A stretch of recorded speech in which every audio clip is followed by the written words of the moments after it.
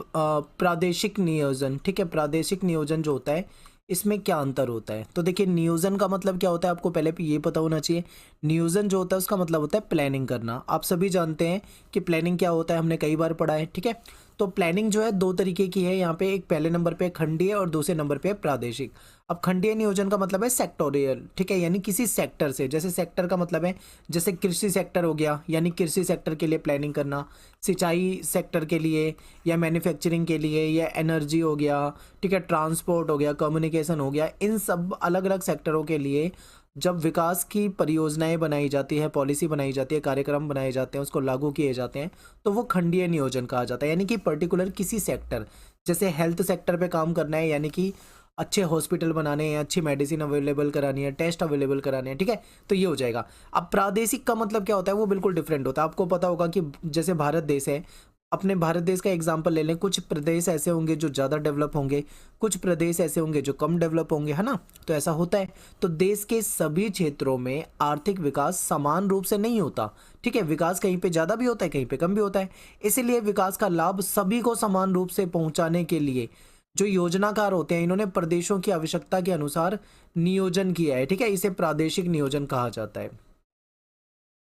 अगला क्वेश्चन है, नहर कमान क्षेत्र में सिंचाई के लिए जल प्रदान करने में इंदिरा गांधी नहर का जो महत्व है ये बताना है। यानी कि जो इंदिरा गांधी नहर है उसके क्या फायदे हुए हैं ये आपको बताना है, ठीक है। पेपर में क्वेश्चन आता है ये बहुत ज़्यादा, और लैंग्वेज घुमा के पूछेंगे लेकिन आएगा यही, ठीक है, आंसर यही लिखना है। तो देखिए इंदिरा गांधी नहर को बनाने से फ़ायदा ये हुआ है कि सिंचाई के प्रसार से कि यहाँ पे सिंचाई के लिए पानी मिलने लगा है। अब यहाँ की जो सूखी हुई ज़मीन थी वो अब एक आर्द्र भूमि में बदल गई है, वहाँ पे परिस्थितिकी चेंज हो गई है, अर्थव्यवस्था वहाँ की चेंज हो गई है, ठीक है। वहाँ पे अब पहले सूखा पड़ा रहता था, अब वहाँ पे पानी मिल जाता है तो अच्छी फसलें हो जाती है, वहाँ पे खेती अच्छी हो जाती है। फिर मृदा में लंबे समय तक यहाँ पे नमी की उपलब्धता संभव है। जो पहले कभी सूखा रहता था अब पानी की वजह से लंबे समय तक नमी बनी रहती है। फिर इसके फलस्वरूप क्या है, यहाँ पे वन लगाए गए हैं, चरागाह वगैरह बनाए गए हैं, ठीक है, यहाँ की भूमि हरी भरी हो गई है, ये फायदा हुआ है। वायु अपर्दन और नहरी तंत्र में बालू निक्षेप की प्रक्रियाएं धीमी पड़ गई। कई बार क्या होता था, जब सूखा होता है तो हवा चलती है तो जो मिट्टी होती है एक जगह से उड़ के दूसरी जगह पे चली जाती है, लेकिन अगर आर्द्र मिट्टी होगी तो आसानी से नहीं जाती, यानी मृदा अपर्दन भी कहीं ना कहीं कम हो जाता है ना। अब देखते हैं आगे, चौथा पॉइंट, प्रदेश की कृषि अर्थव्यवस्था प्रत्यक्ष रूप से रूपांतरित हो गई। यहाँ की जो कृषि अर्थव्यवस्था था वो डायरेक्ट ही बदल चुकी है। अब यहाँ पे पहले क्या होता था, देखिए यहाँ पे चना बाजरा ग्वार ये बोया जाता था, लेकिन अब गेहूं कपास मूंगफली चावल वगैरह ये सारी चीज़ें यहाँ पे उगाई जाने लगी है। फिर कृषि पशुधन उत्पादकता में बहुत ज़्यादा वृद्धि हुई है, इससे भी इनको लाभ हुआ है। अगला क्वेश्चन है कि सूखा संभावी क्षेत्र विकास कार्यक्रम के अंतर्गत अनेक कार्यक्रम चलाए गए, इसके बारे में आपको बताना है। तो देखिए सूखा संभावी क्षेत्र का मतलब कहाँ है, क्या होता है कि ऐसा क्षेत्र जहाँ पे सूखा पड़ता रहता है या सूखे की संभावना रहती है, जिससे कि वहाँ पे की अर्थव्यवस्था वहाँ के लोगों को नुकसान होता है, ठीक है। तो इसको यहाँ पे अपने को समझना है। तो इस कार्यक्रम की शुरुआत जो है वो हुई थी चौथी पंचवर्षीय योजना में। इसका उद्देश्य क्या था कि सूखा संभावी क्षेत्र जो है वहाँ के लोगों को रोजगार मिल सके, क्योंकि वो लोग दूसरी जगह पे जाते हैं, ठीक है। तो इसलिए अगर उनको रोजगार मिल जाए तो ज़्यादा बेहतर होगा, तो इसलिए ये शुरू किया गया था। फिर अधिक श्रम की आवश्यकता वाले सिविल निर्माण कार्यों पे बल दिया गया, यानी कि ऐसे सिविल निर्माण कार्य जैसे मकान बनाना या कोई बिल्डिंग बनाना है जिसमें बहुत बड़ी संख्या में मजदूरों की जरूरत होती है, तो वहाँ पे इनको रोजगार देने की बात की गई। इसके अंतर्गत सिंचाई परियोजना या भूमि विकास कार्यक्रम, वनीकरण, चरागाह जैसे कार्यक्रम शुरू किए गए, तो इसमें भी बहुत सारे लोग थे, उनको रोजगार मिलने लगा। फिर गाँव के जो आधारभूत अवसंरचना होती है, जैसे वहाँ पे बिजली लाना, वहाँ पे सड़कें बनवाना, ठीक है, बाजार स्थापित करवाना, तो इन सब सेवाओं पे भी बल दिया गया।